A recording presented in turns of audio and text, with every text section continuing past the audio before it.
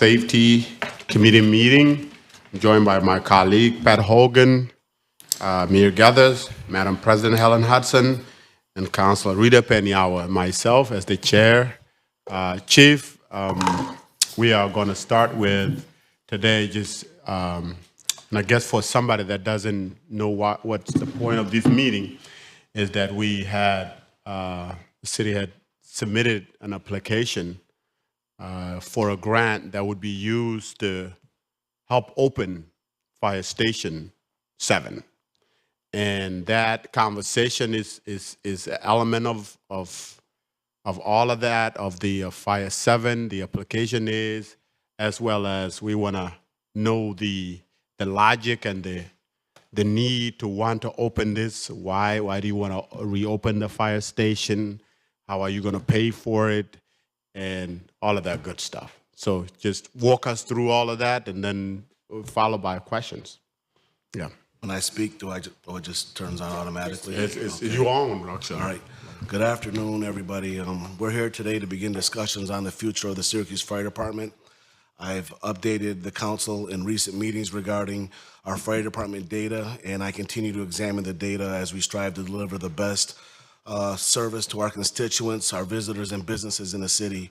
The ongoing and future redevelopment of this city will create many acres of new land to be developed, an increase of our population, and an increase in building construction, which is an important sector that contributes greatly to the economic development growth of our city.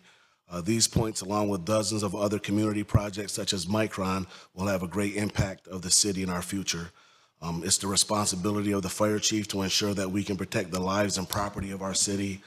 With the increased volume of calls that we had that continue to trend upward, it's time to have a plan to modify our emergency response plan. So I have a comprehensive plan that is ready to be implemented. I think the questions that need to be answered are about, it surrounds the timing and the funding of this project. I could answer any operational questions, but I'll defer any other questions regarding funding and timing to my colleagues that are here today from the city administration. So I think in previous meetings, I went over a bunch of, our data and our call volume and everything, which coincides with the growth of our city as to why the future, we're looking forward of why the fire chief should be planning for how we're going to protect the city. And that's what this application was about. And that's what we're here today talking about. So years ago, this station was closed for, I guess, if I remember correctly, for financial reason, because the city at that point couldn't afford the operational part of it or the maintenance part of it. I think that's the recollection. That's my recollection. Now, with that, Chief, has that changed at all? Do we have the finance? Now, I get we have the need. The need is there. Operational need for the fire service. That is what you do understand? Right. Okay. Right. Yes. So has that changed financially? How, because you talk about timing and funding. Is anybody able to help us? I think I was going to refer to the finance and the budget administration to talk about that. I think the fire station definitely needs to be rehabilitated. I've had discussions with the mayor about the need of the future, and we've been applying for grants and different types of money to pay for the firefighters, to pay for the rehab of a station, or to possibly build a new station. But as far as the funding and the timing, I have to defer that to someone else. Do you have like a total project cost of what it would be to rehab? Well, right now we had a soft estimate from a contractor that to rehabilitate Station 7 would be approximately right around $3 million to $4 million. To put 5 people on duty, that would suffice our operational plan. To have more people on duty to respond to these alarms that we're experiencing, that would be approximately $1.5 to $1.6 million. And if we were going to buy a new fire truck, that would be approximately $1.3 million. Jump in before we go to the finances, which are very important. But I want to go back to what you said about renovation and rehabilitation, right? Because I think that some of us, Councilor Hogan and all been around when that fire station was closed. And I know that the shape of it was totally just, it was bad. So when you walk through, Mary, maybe you will be the one to answer this question. When you walk through, the condition of that station is what? Because when they came and they shut it down, they basically said that the station was in such bad shape that a fire truck will go through the floor. So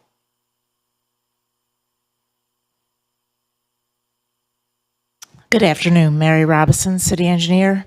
Yes, we have a report from CNS in 2013 where the structural condition of the floors were in very poor shape and not all the fire apparatus could be stored in that facility because of the condition of the floor and the structural support of the concrete floor. from the engineering perspective. And that was in 2013, so now we're in 10 years later. And just to clarify, you know, that's the last official report we have is 2013. Chief Mons had a contractor go in, had a copy of this report, and according to his cost estimate, they went in the building, I believe, in 2019. Yes, and they updated the quote of what it would cost in Right. just this past July. So I have not been in the facility in a number of years, but it was in poor shape and is in need of a full renovation in order to open it I back get up. you, I get that, and because of your expertise, and I'm listening, because we keep talking about renovation, because if it was in the shape that was portrayed to us in 2013, then that whole building would have to basically be gutted, right? The report in 2013 was really focused on the concrete floor where the fire apparatus are. The cost estimate that was done by the contractor did address all elements of the building. So yes, it will need a full renovation. We really need to get, if we want to pursue this, we really need to have an architect, engineer go in there and assess the facility. I mean, they did the best that they could do with, you know, the resources that they had in order to put a cost together. Understood. But we haven't had a structural engineer or any engineer, architect people in there, to my knowledge. I think, Pat, we went kicking and screaming when that station went down, right? And so I understand the significance of it, because at this point, we have probably 4 or 5 different apartment units with hundreds of apartments going up in that vicinity. And I just feel like they're funded, but nobody listens. But anyway, okay, yeah, it's very sorely needed, because when you look in that area, it's a lot of different things coming online. You know, and to President Hudson's point, I seem to remember, I really remember this, that it caused a realignment of your you know, department too. Yes. Where you're sort of like running, you know, a sort of a thin outfit as far as things go, right? I mean, Yes. I mean, that was a horrible strategic decision, you know, under the previous We administration. put the money back. We did put money back into the budget that following year for the station. Yes. And I think, like I said, it's a matter of the funding now and the timing to actually move forward whenever we get the funding squared away, however long that takes. But the plan that I have will rectify that reorganization that happened back in 2011 and 2013. It would provide more service to downtown, to this far near east side, and it would help with underserved areas over on the west side, because those fire engines are now responding all over the city because of the lack of that station. But that's all a part of the plan. I think the plan that I have would be great. Like I said, it kind of boils down to the funding and the timing of when we actually can move forward. So the application that was submitted that generates all this conversation, Yes. how much is it for? I forget. How much was that for, Rick, altogether? 2.4? So that's all for renovation purposes? All for renovation, yes. And there was a 50% match, I believe the city had to kick in for that. But that was based off the estimate that we had.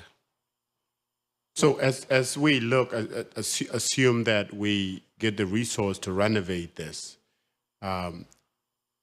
When we also look into also bringing in staff as well, Yes, that would be the that would be the goal. additional cost. Yes, sir. The 1.6 million you talked about.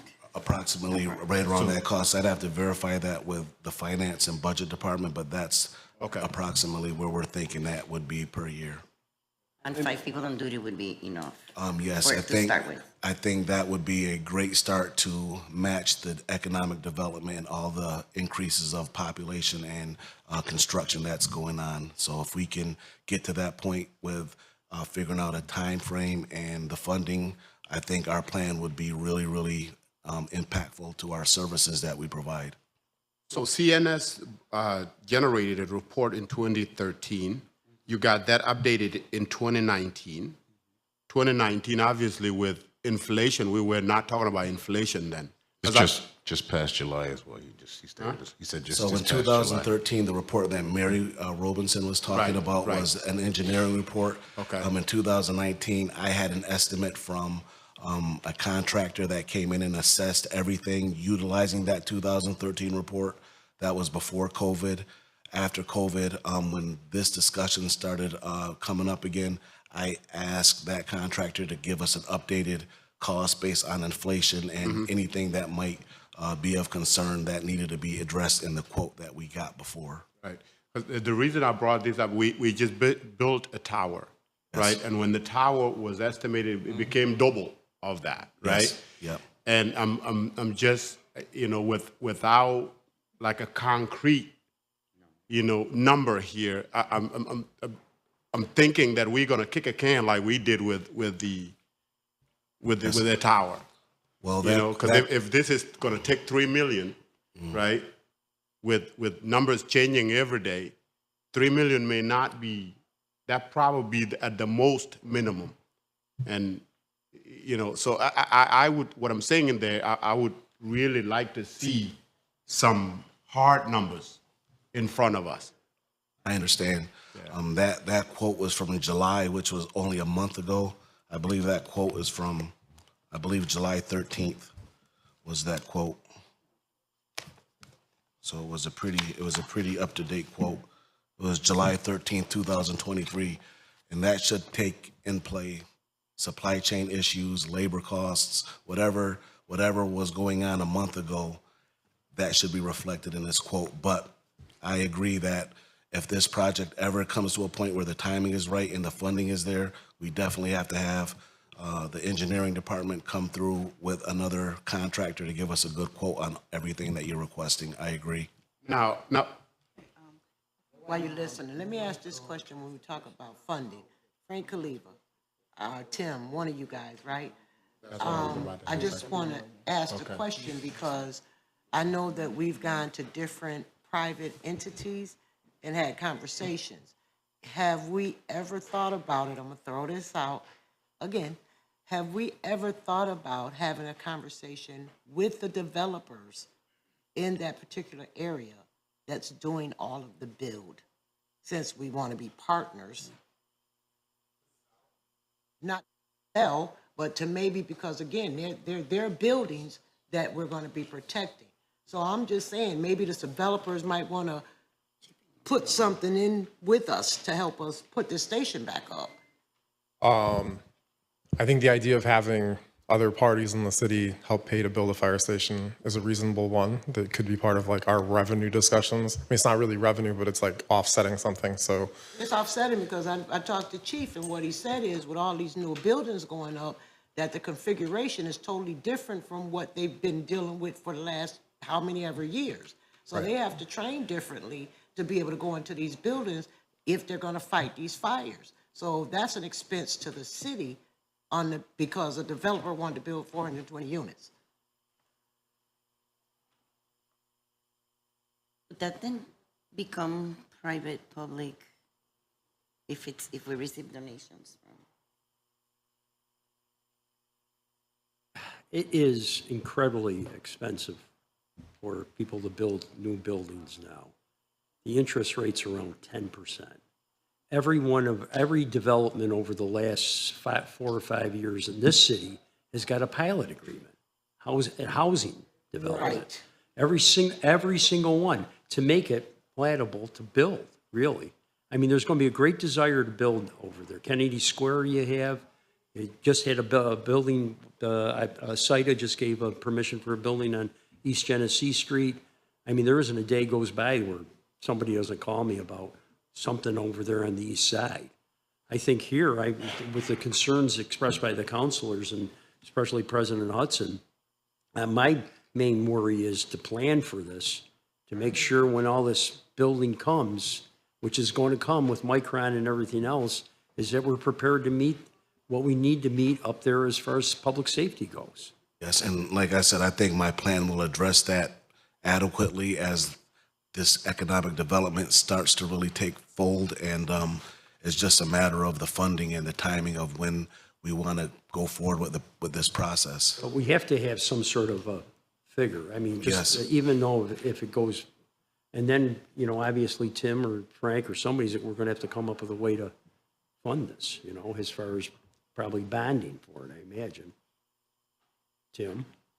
And the operational costs to, Yeah, the operational cost to add on extra personnel. You know, which means we raise taxes if we need to. Chief, in your plan, when you, because if we were growing and we needed it, then if we're building the Michael Mons fire station, what is it, how do you think about it as the fire expert on building new versus renovating? Because it seems like, and then do you feel at all constrained choosing a renovation instead of the possibility of new construction, or how do you view that trade-off? Well, first I'll start off. I appreciate the Michael Mons reference, but this fire station is going to be for the constituents of the city. This has nothing to do with me. We're trying to provide the service to the city whenever that time is right. We've looked at other fire departments in the state. Binghamton just built a fire department. We have references to stations that they built, and building a new station is going to cost more based on our preliminary estimates we have. So, we do have a grant application out for a new fire station that is, we put in a grant application for between $14 and $16 million to build this. And we also have this one, to rehab Station 7. So when the discussions were coming up, my goal is to try to find different avenues to get the funding, and that's what I've been trying to do. But I think looking at the two projects, if we had to pick one which was the least expensive, I'm not the expert, but looking at the references that I have been able to look at around the state, between Saratoga, between Binghamton, Buffalo's building a fire station right now.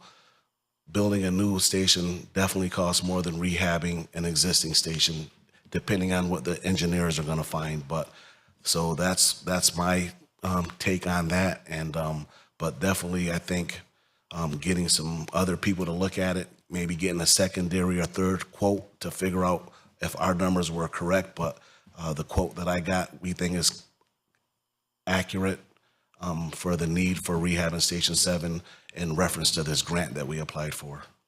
Chief, I mean, could you get a list of what it costs to build? I know Chief Kisselstein mentioned a firehouse yesterday to me that was built in New York City, correct? If you could just get a list of what those, maybe to all the counselors, what they cost. And especially, I know if you drive to Manlius, I think they just had one, I don't know how far back, they just built one. Yes. Maybe that may be the closest to us economically to compare, Well, I think right? the one they built in Manlius is pretty large for what they're doing out there. It's a community center. They have a bunch of other things intertwined in that fire station. Okay. I think our need is different, and it would be a different cost, but we'll get comparables, and I will provide them to you as soon as we gather those. Now, yesterday here, there was a statement that was made that it was going to cost $30 million. Anybody remember that? Yeah, I do. Yeah, I believe Deputy Mayor took my $3 million and higher and misspoke by saying 30. Okay. There's no documentation regarding that cost. Okay. I think that she just misspoke. Okay. I think you got to look at every option, whether you build new or rehab. I think that's part of planning for this, for the future. And when was this built, Chief? The current Fire Station 7? I don't have that right. I believe is it 1954. So the stats and all of that could really be outdated. And if you are going in and modernizing this, It's going to it's definitely gonna need cost, a total rehab, right? To be ADA compliant, to have all the different code requirements. It's going to definitely need to be gutted and rehabbed, and that was a part of the quote that I got, to tear it all down and build it as if it was a new structure, with the existing bones in the foundation, and to address the issues that were found in 2013. So how much of this rehab would reflect it being almost new? What would that estimation be like? Is it like 80% new, or what would that be like? I believe the way that the quote that we have, everything in the fire station would be pretty much new. It would be a total rehabilitation, everything ripped out and new components put in if we get to that point. So I think for preliminary conversation, Chief, I think what we it would be great if you can lay those numbers out and just show it to us. In addition, also the cost of staffing it as well. Project it as much as you can. Okay. For us. That was going to be my question, Chief. When the Station 7 was open back in 2013 and prior to, how many firefighters were working in that station? Approximately 20 to 24, depending on the staffing levels at that time and how many people we had on the job. But typically 20 to 24 people worked at that fire station. And that was a day, or was that throughout the? 24 hours a day, 7 days a week, 365 days of the year. It was one of our busiest fire stations, if not the busiest. And you're only asking for 5. We're only asking to maintain 5 firefighters currently, right? Yes, and that goes along with my redeployment plan to make sure the whole city's addressed with all the development at the Syracuse Developmental Center, the Inner Harbor, the downtown, and the Near East Side. It will be a new Per shift. Okay, gotcha. shift, yes. 4 shifts, gotcha. Okay. per shifts. Yes, sir. Sorry. All right. And what station takes care of that area now? Collectively, what ended up happening when Station 7 closed down, there used to be an engine over on West Street. Okay. Station 7 closed, Engine 6 closed down, and they created a Engine 1 on Adams and State Street. So right now, that area is covered by Engine 1, which is the busiest engine company in the state outside of New York City. Engine 10 at the 2000 block of East Genesee Street, and Station 9, they converge on that area, along with Station 2 over on Lodi Street. So it's a collective job for everybody. And when there's an alarm that comes in, a 911 call, we're dispatched by GPS, so whoever's closer. So when there's a structure fire, we pull resources from the west side to come over to that side of town to assist because of the manpower that's needed. So, And with the chief, and also like you got 400, you're going to have 400 units up at Syracuse Developmental Center. You're going to have probably 2 more buildings over in the Inner Harbor. You're going to have 70 units on the near west side in Delaware. I mean, all that area has to be covered too, plus any kind of additional construction you get on the east side too. So it's going to be a real stretch for the fire department. And also, what's the average call? I don't know if you can, roughly, what the average call is in that general area over there that you guys have to respond to. we respond to medical calls, fire-related calls, car accidents. Like a rough number? Well, this year we're on pace to break 30,000 calls citywide. Yeah. I would have to get the information based on the zip code over in that area. I can get that information, but we're on pace to break our record in the history of how many calls we respond to in a year. But like I said, it's hard to pinpoint on one station because when you shut down a station, everybody converges on that area. And one of the worries is response time. So everybody chips in, and if they're not on another alarm, then somebody from further is coming. So it's really my hat's off to our department and our staff to make sure that we're answering every call, because every call that does come in currently, we are answering every call. We still have a great response time, but those gaps in having people respond to that particular area with the new construction is something that we want to covered when we move forward if we get this funding and figure out the timing for this. But these people additionally on duty, it's the plan that I have will satisfy the need of the development for the rest of the city as we move forward over the next few years. And somebody else in the next decade is going to have to figure out another plan, I would say, depending on how things grow. But just what we have in the loop now with all the different projects, the people that are supposed to be coming, this plan that we have will solidify the fire department of Syracuse's response to the alarms that will be dispatched to in the city. So I think the plan we have is pretty solid, and it will be a benefit to the city residents and the constituents and the businesses and everything that goes along with that we protect. Now, Chief, when Station 7 was closed back in 2013, what did that do to your response time? Well, the response What time, were the stats on that? I'd have to get you the specifics on those stats, but you know, when there's a fire on the east side, up on Beatty, Crowley, East Genesee Street, Station 7 was the second due company up there. So when there's a fire of that big nature that we have to call all these resources, they would be on scene in a very short matter of time. And the one thing that I just want to make known about the fire service is the response times matter. Not only the first due company that shows up, but the second due company that can help mitigate the hazard that keeps the fire from spreading to other buildings.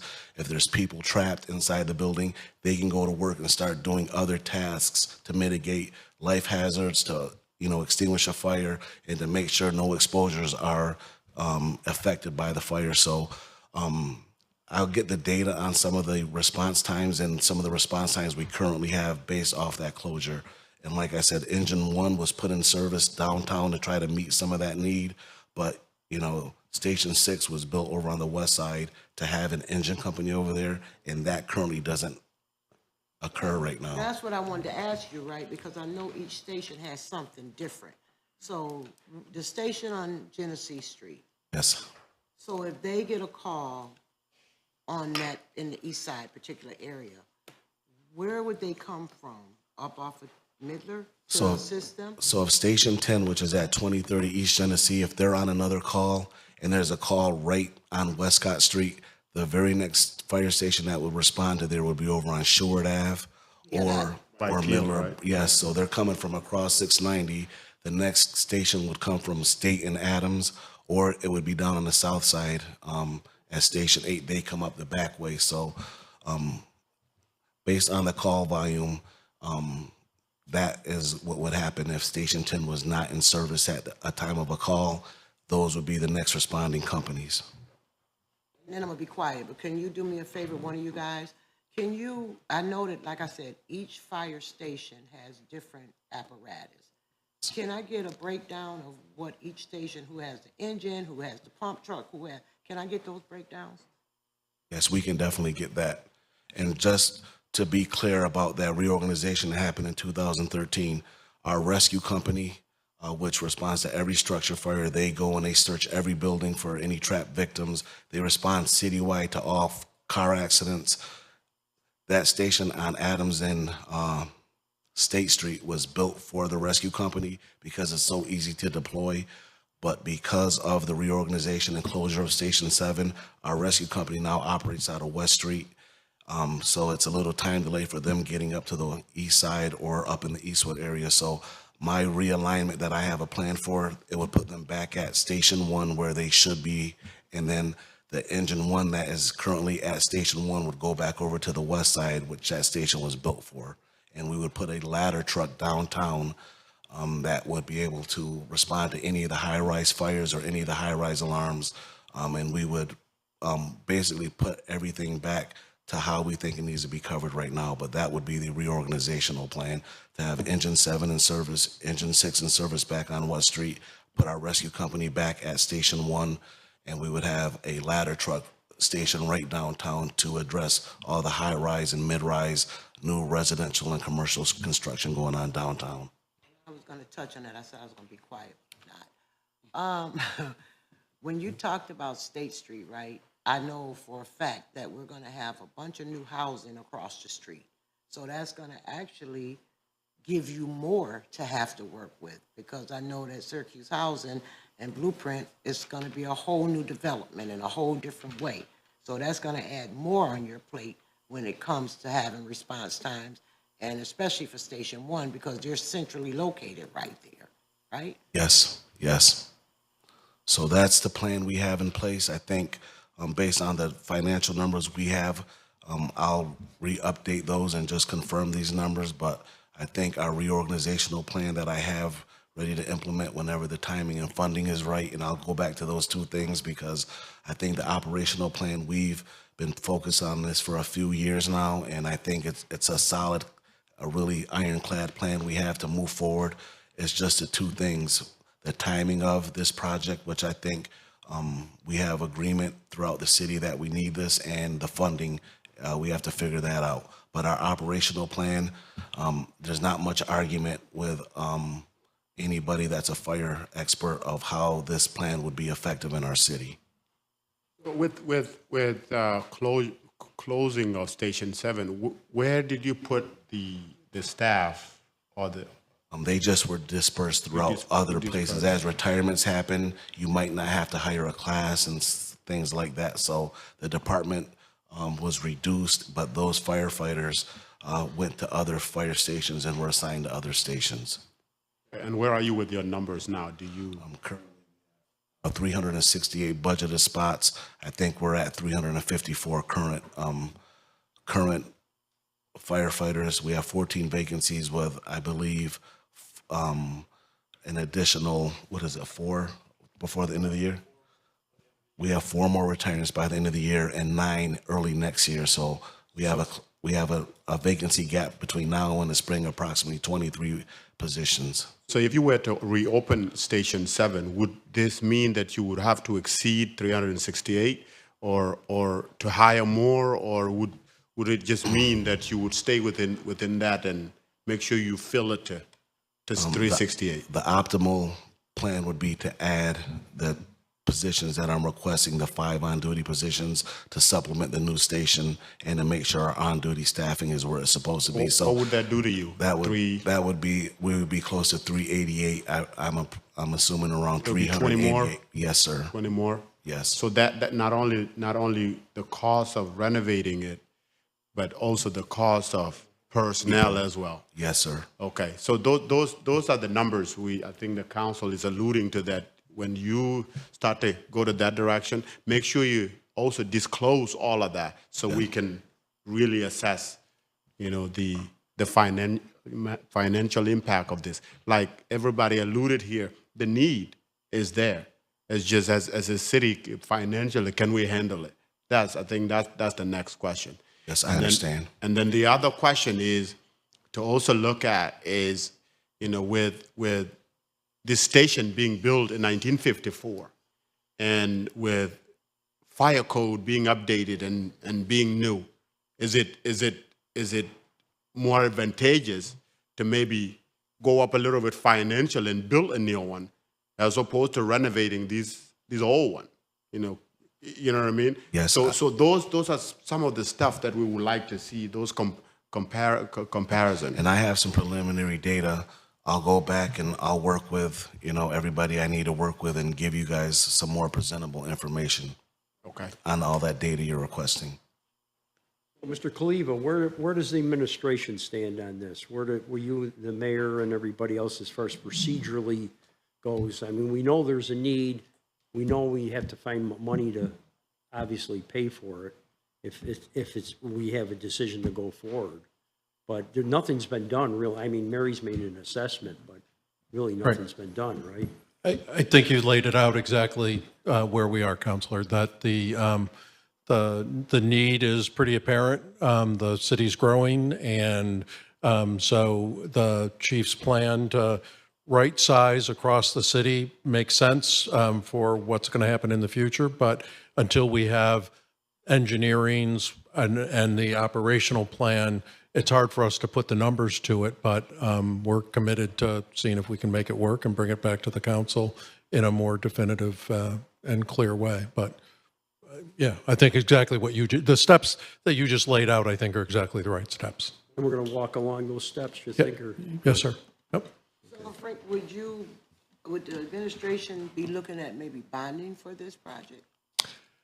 It depends on what the numbers end up being, and I'll defer to Commissioner Canizaro, but it depends on what the final numbers end up being. It's likely that we would end up bonding because it's a facility that would have a long life, so that makes sense, but depends on the bond markets as well, as You're right, you know. and, we have to be aware that ARPA is really no longer. Everything's been allocated, so.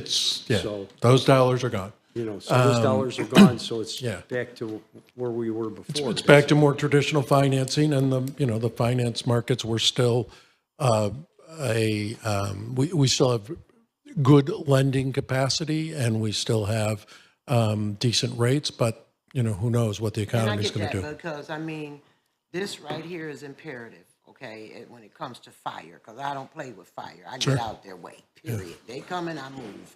But when you think about it, like we said, 1954, right? And if we bond for this building, we're going to get the longevity out of it. So, where are you at? Yeah, come talk to us. So, when we talk about versus trying to find the money and bonding for it, where are you on that? Right now with where interest rates are, we would still, like if the offering that we just had in June, like we would bond for this, unless there's a significant increase in interest rates, which, could happen. I think they've leveled out, but, at this time next year, if we had the same interest rates, we would bond for the city share. So I think, whatever local share, we would bond for that. The local share, so that means you guys are looking at a grant, right? And if the grant does not come through, do we still move forward? As far as bonding the full with like 2.8, 2.9, I think that, I'd have to kind of defer to the administration, but we could. We would have the lending capacity that we could continue to do, the full bonding at $2.9 million.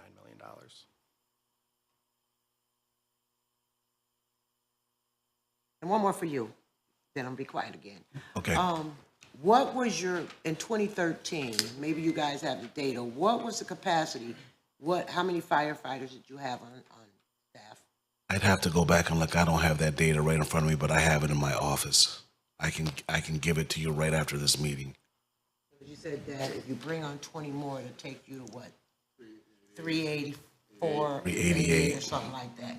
And I just want to know what are your numbers over that, because I know with the police department, they were at like 473 when I first started. So I want to know where the fire department landed in that. Okay, I will look at that. And we're also, running the ambulance, and there's a little bit different things we're doing that we're not doing, that we weren't doing in 2013 to meet these other needs. But I have all that data back in my office. I didn't bring that specific information, but I do have that, and I'll make sure you have that information. Speaking of running the ambulance, chief, so would those folks, they would be pulled out to do the EMT, so they wouldn't even be in the rotation? No, they're cross-trained. They showed to the fire station. Some of them are on the ambulance for a shift. Some of them are doing firefighting for the shift, and they rotate.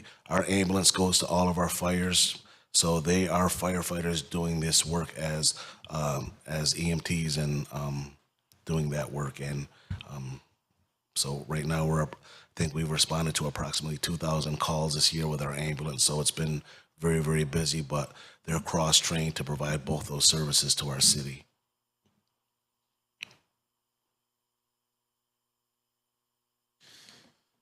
Well,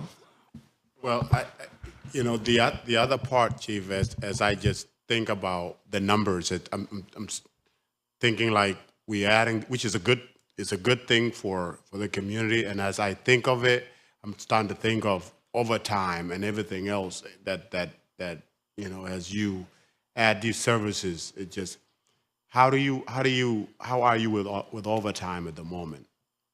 Currently, I gotta look at the numbers, but we have an overtime budget. I have a meeting with the budget director about what we're doing to make sure we're coming within somewhere close to what our number is. and figuring out that plan as we move forward this year. So based off of your question right now, that would all have to be figured out with, the addition of the firefighters in the on-duty spots. Right. And I'm asking that because it would include a much larger strategic approach to planning and budgeting and all of that. And I'm wondering if, as you anticipate the oncoming of stuff like this, how strategically are you thinking of making sure you are handling this financially? Because we have talked about structural deficit and, all of these things that we are anticipating. I mean, we've been living between, the sky and earth with ARPA money, but, come next year, it's. But simply put, to your question, having more firefighters answers a lot of questions. It is the number one resource that I have to combat overtime. The more firefighters, the less overtime we're going to have. The more firefighters, the more services we can provide. So to your question, increasing staffing in the right way, in the right manner, will address all of those topics that you have. And there is a financial breakdown that we would have to work with the budget director and the finance director and Mr. Kaliva to get all that information together. But the firefighters would answer all the needs, the service needs, and the more firefighters would fill vacant spots that currently get paid by overtime. That's why we're going to hire a class early. We're hiring a class right now of new firefighters, and that is going to, in the second half of the year, is going to decrease our overtime because those salary positions will reduce the need for overtime. So the firefighters are the answer, in my opinion, as a fire chief, to answer all the questions that you have.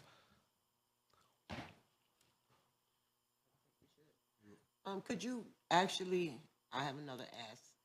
Can we see can you send us your overtime? Yes. I mean, I can say operationally, I think that's all sealed and done. Just to see the fact of how exactly the expense part of it's going to be taken care of, whether that's going to be a bond or whatever it may be. But this is definitely something that we need in the city. So just have to figure that half out. Operational side is done. The expense side needs to be figured out and be done. And another quick question, right? You said you did 2,000 calls for the ambulance service, correct? Approximately, that's where we're at so far to this date, yes. Okay, and could you send us the recovery cost charges for the ambulance service? Sure. We just got approved for Medicaid and Medicare, so we have all those things. Our full capability to recoup money for the calls I think everything's in place. We're just finalizing our plan, but we are actually receiving reimbursements for our services. So I will send you that when I get that information. I think there's just a new document that came out that will go from January all the way to July that has what we have, what we billed for, what actually we received, and what we're still waiting for. And I have all that information broken down. How does it look? The way it looks like, based off, we have a third-party billing company who their expertise is doing medical ambulance recovery. The two firefighters that we have on duty, it looks like the reimbursement of our billing is going to pay for their salaries. So that was kind of our goal when we went into this, to try to have our billing pay for their salaries on duty, especially while they are providing the service. And like I said, they're cross-trained. One day they're on the ambulance, sometimes they're half a shift on of an ambulance, but they constantly rotate through their firefighting duties and ambulance duties to provide the services we need. So, and it's still, there's still a lot of drop calls, even with our 2,000 calls. This month right now, we're on pace to probably, since I've been tracking missed calls by the ambulance service, it's probably worse. I got to look at the numbers, but last month there was approximately 350 calls dropped in the city, around that number. And this month we're on pace to be even larger than that. So the need is going to be there. I don't know when that need's going to stop growing, but it certainly hasn't stopped as we speak today. I was just thinking, because we're talking about the east side and that station up there Frank, aren't we in the last year of the service agreement with Syracuse University too? Or we got another year? Negotiating that, or how many years, Matt, you know, 3 more years? Okay.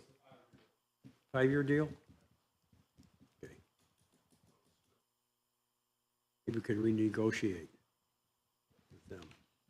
So just rolling back, Chief, would this be our RFP for renovation, or would it just be like any? I think I defer to, once we get a plan and we Yeah. figure out when we're gonna do it and the funding, I think, I believe it would go out for an RFP, to get the lowest bidder, which we do on most of the projects that I'm involved in.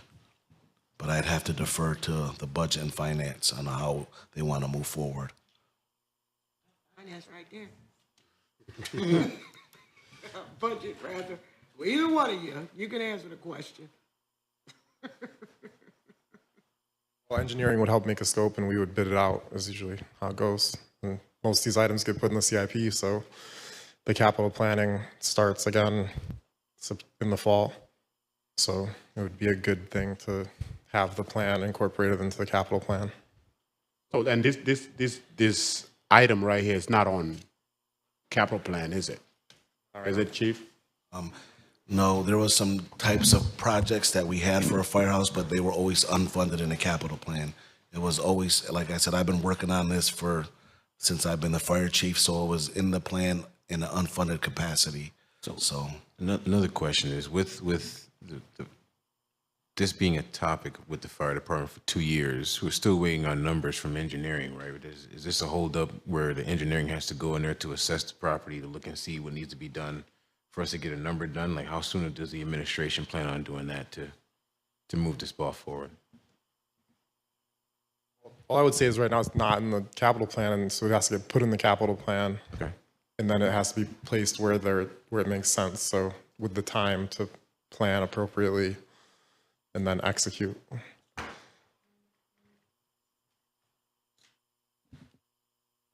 Okay. I think that will conclude our meeting. Thank you, Chief. Thank you to your team. Thank you all the councilors. That will conclude our meeting. Thank you.